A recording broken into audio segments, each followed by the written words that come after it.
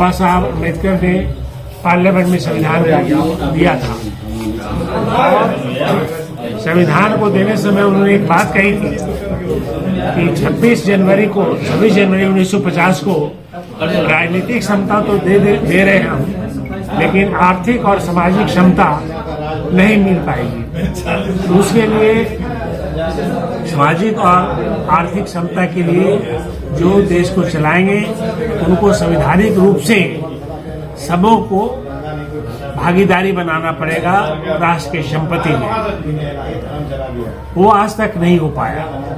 ये जो हम लोग मिलर हाई स्कूल में 27 नवंबर को जो संविधान दिवस मना रहे हैं, एक बहुत बड़ा अभियान है, क्योंकि आप जानते हैं कि सामाजिक विषमता ही सारे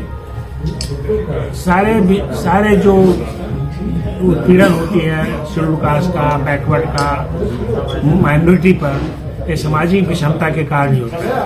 और सामाजिक विषमता और आर्थिक विषमता दोनों जो है एक दूसरे का पूरक है। अगर आर्थिक विषमता ठीक हो जाएगी तो सामाजिक विषमता ठीक हो जाएगी। अगर सामाजिक विषमता ही एक ऐसा जड़ है कि सामाजिक विषमता नहीं हो रहे के कारण सारा एट्रोसिटी आज देखते हैं वो होता है। तो इन सबों को खत्म कैसे किया जा सकता है, इसी विषय पर हम बात करने चाह रहे हैं। और हमने इसको पाया कि सरकार ने तो राष्ट्रीयकरण जमीन का तो किया नहीं, उद्योगकरण किया नहीं। तो अगर हमें सामाजिक विषमता और आर्थिक विषमता देना है तो शिक्षा को आगे बढ़ाना पड़ेगा। तो शिक्षा जो हमारा बिहार में शिक्षा का जो स्तर है वो काफी नीचे गिर चुका है। और खास करके जिस सामाजिक विषमता और आर्थिक विषमता की हम बात कर रहे हैं वो गरीब मजदूरों की बात कर रहे हैं। तो गरीब के बच्चे तो ऐसे स्कूलों में पढ़ते हैं जहाँ पर टीचर नहीं है, या टीचर है तो उसको आता नहीं है। और अमीर के बच्चे पब्लिक स्कूल में पढ़ते हैं। तब आप बताइए कि गरीब के बच्चा अमीर के बच्चों से कैसे कंपटीशन में आ सकता है। तो इसी को शुरुआत हम इसी स्वतंत्र संविधान दिवस से हम करने बहुत सी बातें करेंगे, स्वास्थ्य के बारे में बात करेंगे।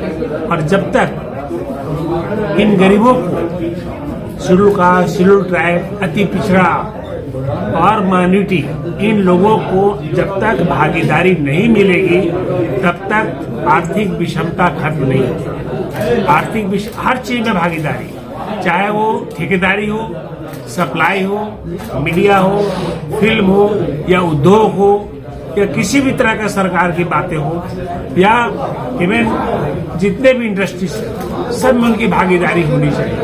जब तक भागीदारी नहीं होगी तब तक उनकी आर्थिक विषमता का बिहार में जो शिक्षा और स्वास्थ्य एकदम सबसे नीचे स्तर पर है पूरे देश में।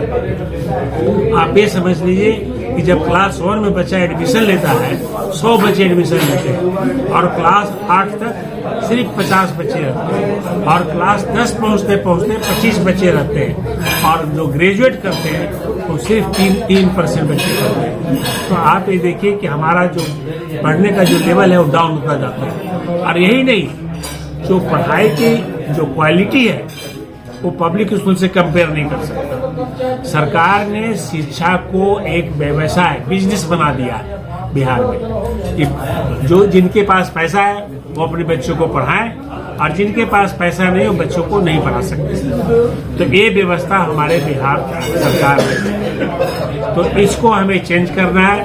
सरकार से आपके माध्यम से कहना चाहता हूँ कि जिस तरह का शिक्षक नवोदय विद्यालय में है, जिस तरह का शिक्षक केंद्रीय विद्यालय में है, उसी तरह का शिक्षक और उसी तरह का सुविधा हमारी सरकारी स्कूलों में होनी चाहिए, जहाँ हमारे गरीब के बच्चे पढ़ते हैं, मजदूर के बच्चे पढ़ते हैं, जिनके पास पैसे नहीं है उनके बच्चे पढ़ते हैं, गरीब जो भी गरीब।